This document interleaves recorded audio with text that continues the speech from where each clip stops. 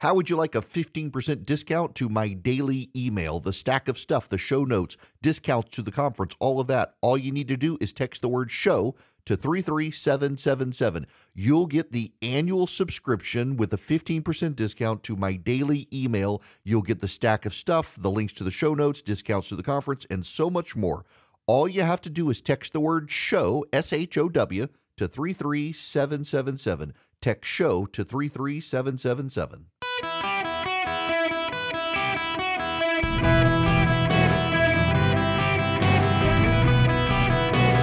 Welcome to the Eric Erickson Show podcast, Hour 2. Hello there. Welcome. It's Eric Erickson here. The phone number, 877-973-7425. Should you wish to be on the program.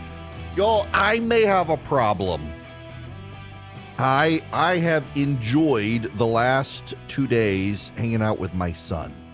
So I think this is the way it is in most families. Like my son and my wife have this relationship. My daughter and I have this relationship, and my daughter likes to travel with me. My son's very much more a homebody, and we've done this trip to DC, and it was fun. We had a lot of fun. We were thoroughly exhausted. We were in bed like 9:30 last night. Several of the things he wanted to do, he's like, I'm too tired to do them. There's this place in Washington. If you're ever in Washington, D.C., it's a place the locals know about and the tourists don't. And it's called Captain Cookie and the Milkman. And they make homemade cookies and homemade ice cream and put them together. And they make these ice cream sandwiches. It's open until midnight. I think it's actually a chain, but I've never heard of it outside of there. My kids both love to go to Captain Cookie and the Milkman. And he wanted to go last night. He's like, nope, I think I'm going to bed. And it's like 9 o'clock and he was in bed. I still had work to do. We had a ton of fun. But this is my problem is all I can think about the whole time I'm there is what am I going to talk about when I'm back on radio? What am I going to talk about? I need to be on radio. Something's happening. I need to be on radio. And occasionally, you have to step aside and spend time with your family and realize you're not the indispensable person. But at the same time, oh my gosh, I've had so much I wanted to talk about. And now finally I'm back to be able to talk about it. And I thank my guest hosts for them making it possible for me to do this. But I'm glad to be back because we need to talk about what happened in Texas while I was gone. Super Tuesday was Tuesday. Now, I should tell you, my friend Nikki Haley, and she's a personal friend. There are lots of, people in politics and in the media, they have this habit of saying, oh, so-and-so is a friend of mine because I met them one time. Nikki Haley actually has been a long-time friend of mine.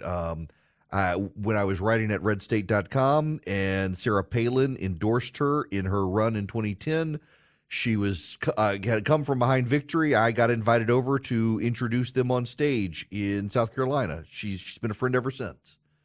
And she ran a better campaign than Ron DeSantis ran for president. That's a true statement, though the DeSantis people get mad when you say it. But the fact of the matter is she's a old school Republican candidate, and Republicans are not in the mood for an old school Republican candidate. They wanted Trump. They didn't want a Trump-like candidate, so they rejected DeSantis, and they did not want a non-Trump candidate, so they rejected Haley. They want Trump, and they've got Trump, and she is now dropped out. I don't know what her future holds. I wish her well. This was just not a year for her. This was not a fit for her. I think it's ironic that she's actually one of the most conservative candidates who ran for president outside of DeSantis. She's actually to the right of Trump on a variety of issues, and yet she's considered to be more to the left. It's a weird, crazy world out there. So she's out. Donald Trump has won. He does not quite have the delegates, but next week, Georgia has its primary next week. That'll push Trump across the 50% threshold, and he will officially be the nominee. And the GOP now is not going to wait until the convention. They're going to spend money on him ASAP, which is good. He needs the help. He's being bled dry by lawsuits. While that was happening in Texas was having its primaries. Now, I've got to set the stage for you. For those of you who are not in Texas, you do need to understand the dynamics in Texas. Ken Paxton is the attorney general in Texas. He is under investigation by the FBI. There were allegations of corruption, and the House of Representatives in Texas impeached him. Paxton has a lot of money, a big war chest, and went to war with them, and the state Senate refused to convict him. And so Paxton decided to run primaries against as many Republicans in the state House as he could to get revenge. At the same time, the state House, led by a guy named Dean Phelan, who is a moderate Republican, very moderate Republican. Phelan relies on the support of the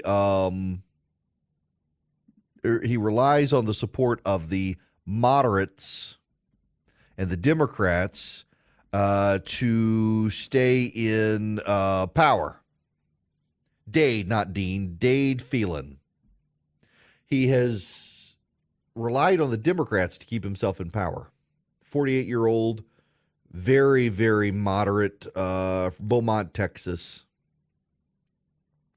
And Phelan and the Democrats in Texas and a handful of the moderate Republicans killed school choice. Greg Abbott, the governor, kept bringing it back, kept bringing it back, kept bringing it back, kept bringing it back, and they killed it. So Abbott promised primaries against all the Republicans who killed school choice.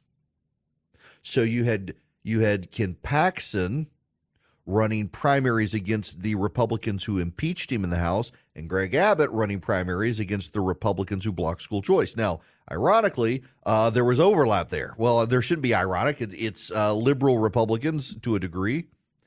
Abbott did a better job beating than Ken Paxton did. Most of the people Abbott challenged in primaries lost.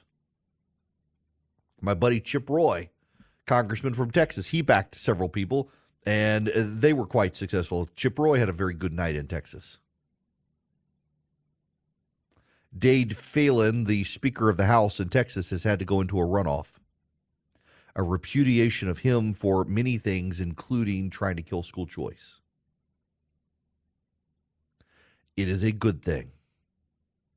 Republicans in Texas who voted against school choice are on the run. Most of them were defeated. Several of them are now in runoffs. Very few of them got by. School choice is the right thing to do. And in fact, I think it is worth noting that in the state of Georgia, they have not yet brought school choice to a vote. And qualifying is upon us in the state of Georgia. And it seems very likely that they are holding off a vote on school choice in Georgia until after qualifying, so the people who vote against it can't be held accountable by the voters. They need to reconsider this. In Georgia, they need to put school choice up to a vote as quickly as possible. They need school choice in Georgia. And I want you to pay attention to this. This is very important. Everywhere around the country, Republicans have opposed school choice. They're getting beaten in Republican primaries because Republican voters themselves are the ones who want school choice. You know the irony here? Not to talk down the Georgia school choice legislation, but in Texas, the Texas school choice bill is pretty significant. The Texas school choice legislation will benefit a lot of kids across Texas. The legislation in Georgia is actually de minimis. It will benefit hardly anybody. It's a good first step, but it will only primarily benefit kids in urban schools in the Atlanta area. Kids out in Vidalia, kids down in Valdosta, kids in Macon, around the state of Georgia, they're not going to benefit. They're not going to see any benefit from the school choice legislation. What's so interesting is it is rural South Georgia Republicans who are killing the legislation, and it won't even impact their counties. And it's kind of a half measure. They should go for more, but they're not going to. And yet they won't pass it. The moral of the story coming out of Texas is conservatives want real reform, conservatives want school choice, and conservatives are willing to beat up other Republicans and cost them primaries if they don't get it. And we need more of this, please. We need more challenges to Republicans in primaries if they're going to block common sense legislation like school choice. And in Texas, Greg Abbott's come up big. And ironically, by the way, you should know that Greg Abbott going so hard for school choice has put him on the Trump radar as a possible vice presidential pick. That, I think, is notable. Now, we had a caller who was asking about Tim Scott. Tim Scott seems to be one of the very top considerations for Donald Trump for vice president. Greg Abbott has gotten on the list because of these primaries in Texas. Now, you should also know that, what's his name? The Allen, the Democrat, is now going to run against Ted Cruz in the Senate there.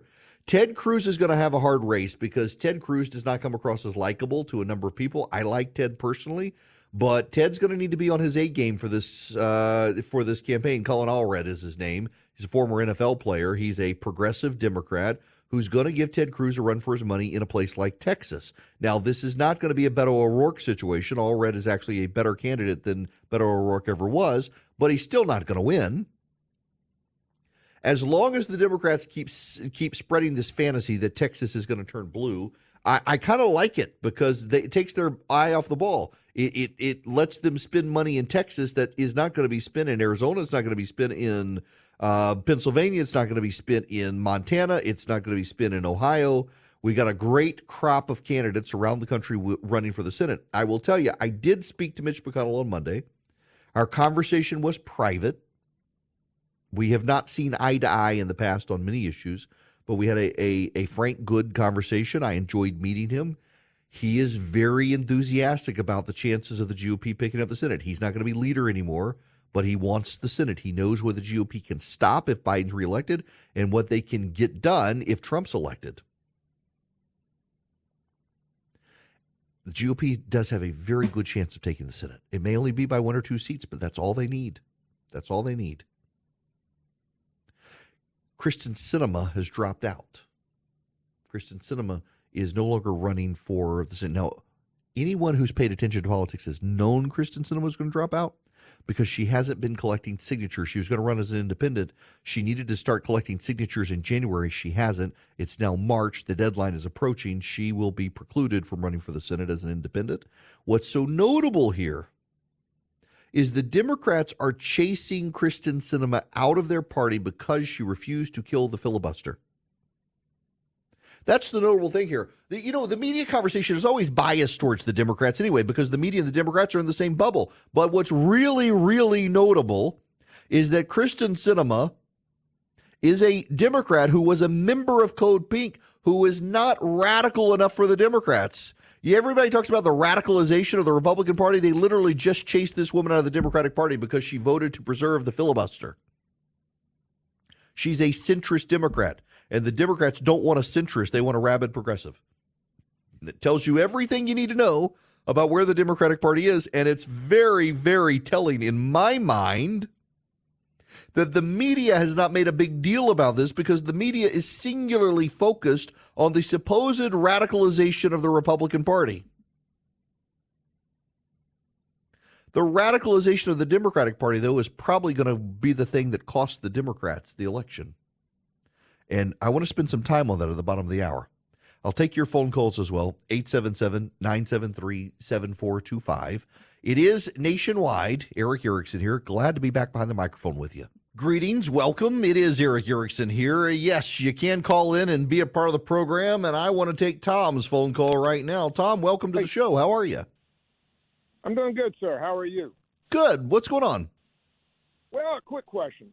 On this immigration stuff, I'm wondering why talk radio and Fox News and people don't get this because it's so obvious. The Democrats are driving people out of all the cities with the crime problems or anything else. All those people are moving to red states, red cities, and they take their stupid voting decisions with them. So they come to Georgia and they destroy Georgia and make it more like New York, which is dumb. And then at the same time, while they're losing population in those states, they also lose representation. So by bringing in all these illegal immigrants, they are, in fact, building the states back up through the census to get the representation they need in the House of Representatives. And I just, so that they're diluting the red states and then refilling the blue states with illegals. And unfortunately, Greg Abbott is kind of helping them do that by shipping all these people to the blue states.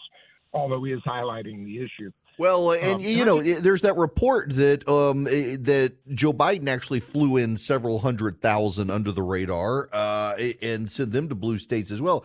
Tom, so I'm not a huge conspiracy theorist. If you listen to the show, but this is the one that I bought into, and I've talked about it several times. For those of you who don't know what Tom's talking about, under the Constitution, the census is how you determine the number of seats in the House of Representatives per state.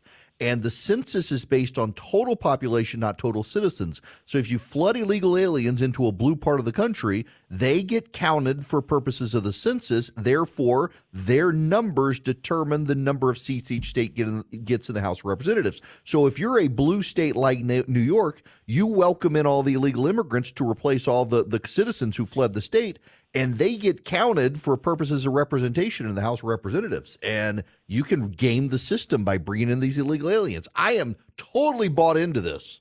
Totally bought into this. It is not per se the great replacement theory, but it's kind of like that. They're not just replacing Americans at work and American citizenship and want to give it to them. They want them there for the numbers for the census tract.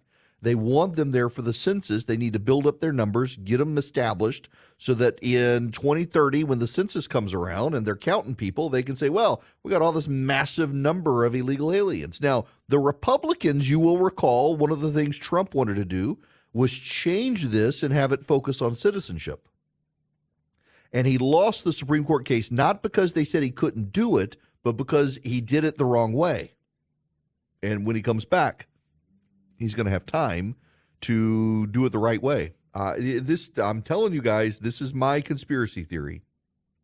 Those numbers count for the census, and with the census, then it shapes representation in the House of Representatives. So just keep that in mind. Now, I got to move on because there's so much more out there that we got to talk about today. Right now, though, I want to tell you, a little change can mean a lot, especially in the lives of in-need, at-risk veterans and their families. There's the simple idea behind Old Glory Bank's Charitable Roundup feature. If you sign up for it, every purchase you make with your Old Glory Bank Freedom Spending Debit Card is rounded up to the nearest dollar with 100%. Y'all, 100%, no administrative fees here. 100% of the money goes to the charity of your choice, either Code of Vets or Folds of Honor. There are more than 400,000 homeless veterans every night in this country. Every 70 minutes, a veteran commits suicide. In the past year alone, cases of PTSD have increased by 50%. These men and women put their lives on the line so we can all enjoy the benefits of freedom and liberty. If you help, it helps a lot. Bring hope to the lives of veterans and their families. Open a Freedom Spending account today at a Pro-America online bank, oldglorybank.com. It's my bank. I have an account with them. You go to oldglorybank.com, you sign up. It takes less than 8 minutes. You sign up for the charitable roundup, and all your purchases gets rounded up, and every penny rounded up goes to either Code of Vets or Folds of Honor, your choice. Every penny. Oldglorybank.com. They stand with veterans. They stand with you.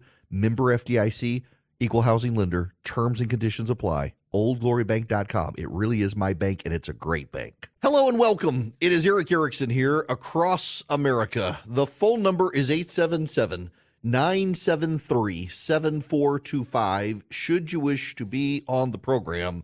Really am delighted to have you, and we need to talk about some of the insanity that's going on out there. One of the things you pick up on very quickly when you are on TV a lot, as I was a contributor at CNN for a number of years and then at Fox News for 5 years as I was getting my start in talk radio and then guest hosting for Rush Limbaugh, and now on my show, and then even before being on TV and radio, running redstate.com for a number of years. It becomes very obvious that because the media and the Democrats are in the same bubble, the media fails to pick up on a lot of issues within the Democratic Party, fails to hold them accountable when those issues are picked up, and spends an inordinate amount of time on problems of the GOP, the insanity of the GOP, the crack up of the GOP, the civil war of the GOP, all these things you hear about in the media. They never want to pick up on in the Democratic Party. And it's like when it really breaks into the open, it's like, oh, I'm so surprised. Well, not if you've been paying attention. And one of those issues, a big issue, is that the Democrats, the progressive wing of the Democratic Party, is losing its mind. It is going insane. It is defining insanity as sane and sanity as insanity. It is defining deviancy as normal and normal as deviant. And it's not hard to pick up on. Let me give you a public policy example here. The United States of America, according to Joe Biden tonight in his State of the Union, he's going to order the United States military to go to Gaza to build a temporary harbor and port so that we can more easily distribute humanitarian supplies to Gaza. He wants the American military to build a temporary oceanside port in Gaza to deliver humanitarian supplies, and yet will not ask the American military to secure the American border. It's kind of insane that the president will have the American military take care of Palestinians who are backing a bunch of terrorists and not send them to the border to secure our border. But the Democrats see nothing wrong with that. They see no contradiction in it. It's just truly insane. But it doesn't stop there. It doesn't stop there. There was a conference. Where's this? A conference someone flagged this week. It looks like it was someone at a TEDx talk. Here's the headline. Scholars say pedophilia is now a sexual orientation that should be accepted by members of society. This is progressive scholars, social scientists say pedophilia it's a sexual orientation. It's not same-sex attraction, it's attraction to kids. And it's just a sexual orientation and we should allow it. The left has lost its mind. And very few Democrats will push back against this. They'll say, but Joe Biden doesn't support it. Well, a growing voice of the Democratic Party does. In the last couple of days while I was out, I actually thought it was a joke. I really, truly, genuinely, I honestly thought it was a joke, and it turned out not to be. The Department of Veterans Affairs, an assistant secretary or deputy secretary of the Department of Veterans Affairs sent out a memo. You know the famous picture of the man in the naval uniform who kisses the woman in Times Square? It's been turned into a statue. It's a very famous picture. The end of the war, the man just grabs this woman and bends her over and kisses her. And it turns out they were not in a relationship. The woman was one time found and said it was completely unexpected. The man did this. She didn't consent. He just kissed her. It's an iconic photo of people's reaction to the war being over, the immediate enthusiasm of it. It's been turned into a statue, and that picture has for years been used iconically by the Department of Veterans Affairs and even the Department of Defense. And this Deputy Secretary of Veterans Affairs sent out a memo and said they will no longer use this picture because in the age of Me Too and consent, this was not a consensual act, but it was a sexual assault. And how dare we use this picture? This is an iconic picture. And it's one where even the woman who said, you know, I didn't know the guy. It was unsolicited. She didn't feel like she was sexually assaulted. She understood that it was a moment in time captured by this photographer and this enthusiasm. The war was over. World War II was at an end. Rationing would come to an end. The boys would come home. Everybody was excited, and this happens. The Secretary of Veterans Affairs had to overrule his deputy secretary. And it only happened after, I think it was Libs of TikTok exposed the insanity of it. They lost their minds. I was told yesterday, the University of Virginia, several groups have been starting meetings, faculty and administrative groups, not student groups, faculty and administrative groups, where they start their meeting by acknowledging that the meeting has taken place on stolen land.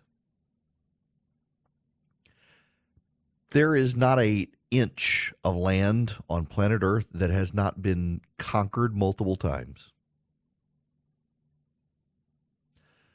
The British conquered North America fair and square. The Americans conquered the rest of North America fair and square. I happen to be a Native American. I was born in Louisiana, and I can say that we conquered it fair and square. There's no need to apologize for being on stolen land. You know who the Indians took it from? Other Indians. There's no such thing as pristine, pure land, but this woke nonsense from critical theory that that white people are all colonizers and everyone else is the colonized oppressed and we should apologize to them. No, I'm not apologizing for the United States taking other people's land because those people took it from someone else. We just happen to take it and hold on to it because we were better than them. More advanced, more civilized? Yes. Were we ruthless? Yes, we were, deservedly so. As if the Indians that we took the land from were somehow peace-loving people. You know which group were scalping? It wasn't the Americans. This morning, I flew back from Washington, D.C. with my son from the class trip. All the other kids are on a bus. Ha ha, suckers, we flew home. Couldn't get to my office in Atlanta.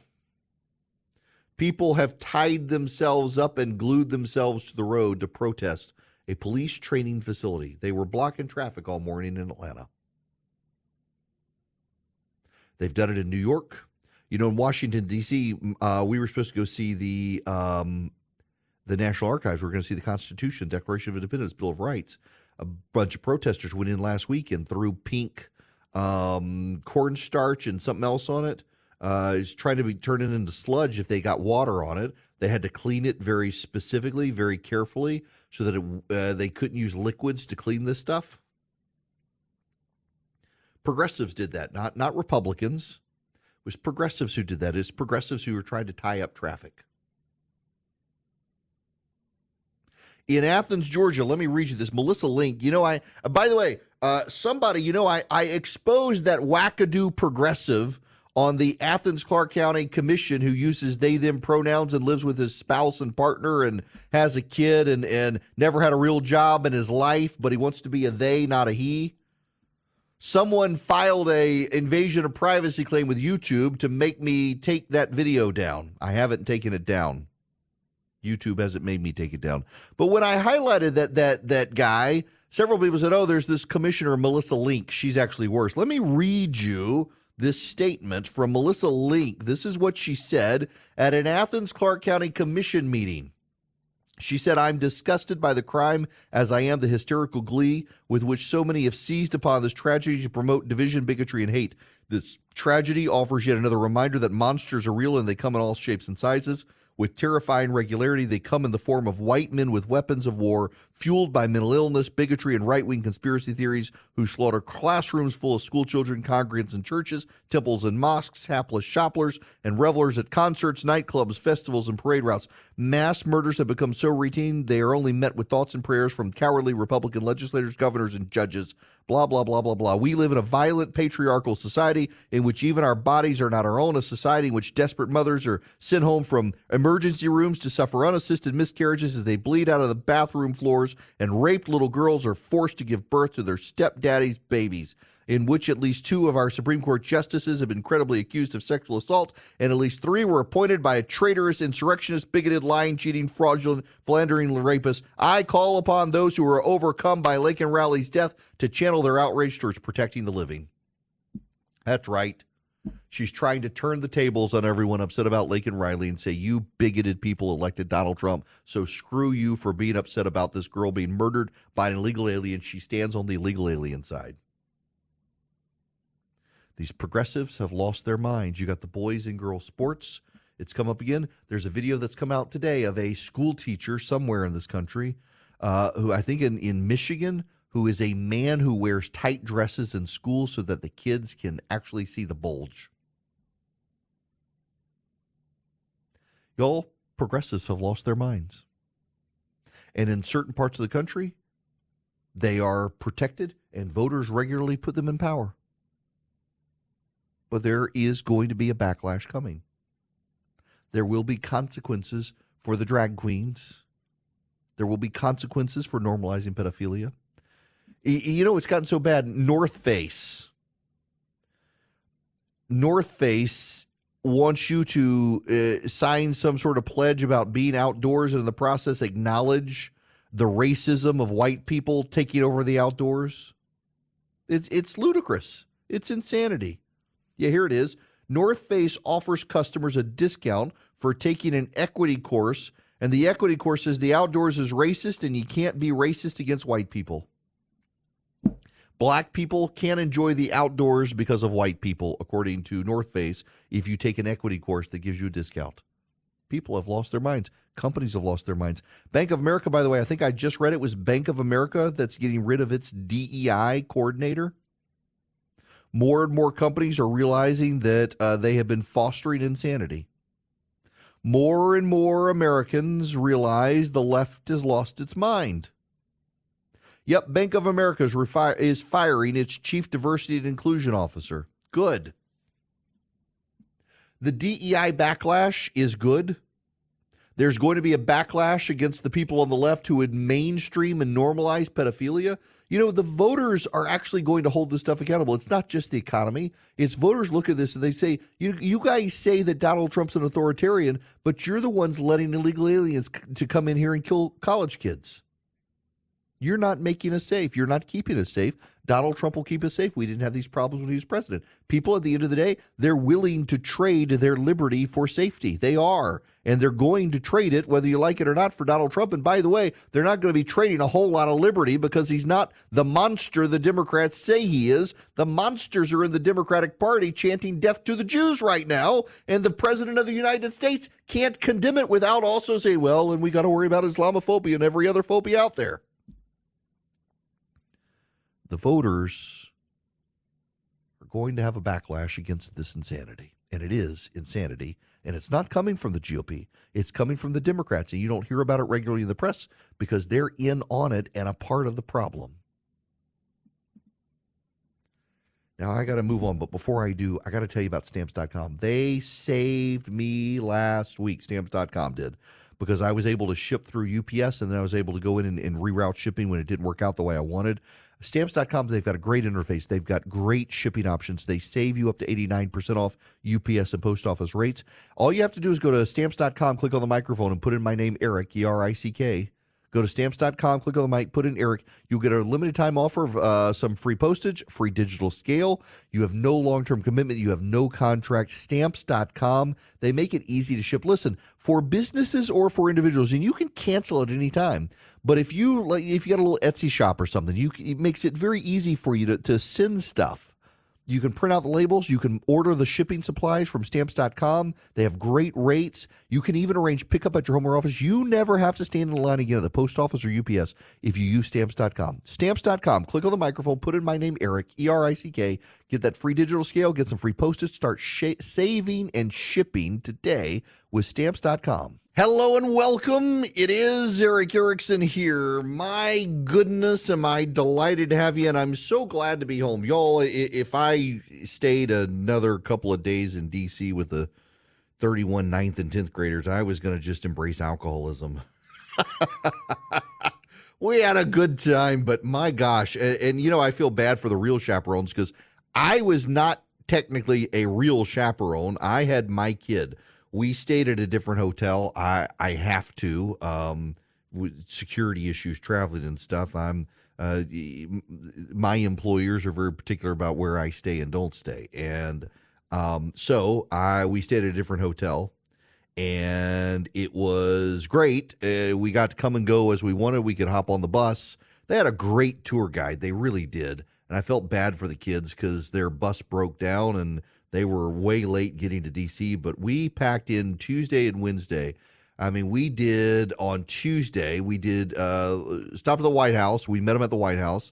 Then we went to the Iwo Jima Memorial. Then we went to Arlington. We're there for a very long time, walking around Arlington. They laid a wreath at the Tomb of the Unknowns. Then we went to grab some lunch real quick. Then we went to Ford's Theater. After Ford's Theater, we went to the American History Museum and the Natural History Museum. And then on Wednesday, we started at the Air and Space Museum. Then we went to the Capitol. The speakers staff gave them behind-the-scenes tour. They were able to go places that no one else is allowed to go. They had a ton of fun. Got on the speaker's balcony, took a picture with Speaker Johnson. Then we went to the Holocaust Museum. Then they went to the National Archives, and they went bowling. Now, my kid and I sneaked out, and I got to tell you, the Uber drivers all said, and the people at the hotel said, and the people in the speaker's office said, the Museum of the Bible is the coolest museum in the city. And I have to tell you, they're right. If you ever go to Washington, D.C., you need to go to the Museum of the Bible. It is not a museum for like Christians and evangelicals. It is a very well-done museum with a first edition King James Bible. They have actual authentic real scrolls of Hammurabi and of Nebuchadnezzar. My mind was blown. It's an archaeological museum extravaganza. It's so well done, the Museum of the Bible. It's not one of the Smithsonian's, obviously. You got to pay to get in, but it is incredible. They are so well done. Of course, the access to the gift shop, of course. I got to tell you guys, I've been missing my pizza oven, and I'm going to grill Omaha steaks in it. I got a little grill rack to put in the pizza oven. I want to be able to sear my steaks in it, and I'm going to do this with Omaha Steaks maybe for this weekend. OmahaSteaks.com. If you go right now, use my name, Eric, as your promo code at checkout, you get an extra $30 off. It's already unbelievable savings at Omaha Steaks. It's OmahaSteaks.com. At checkout, you see a promo code box. You put in Eric, E-R-I-C-K. You get $30 extra off. Minimum order required. It is unbelievable savings right now, 50% off site-wide. You get seafood, you get steaks, you get poultry, you get pork, you get ready-made main courses, you get ready-made sides and desserts. Don't forget the caramel apple tartlets. My wife would insist. Y'all, you can order your main courses, have them in the freezer, and before your kids even ask you what's for supper, you can pop them in the oven, get them going, and you have supper ready thanks to Omaha Steaks. It's a great deal, and 50% off site-wide right now. And then at checkout, use my name, Eric, as your promo code. You get an extra $30 off. It's such great savings at OmahaSteaks.com. OmahaSteaks.com. Go right now. You can thank me later. It's delicious.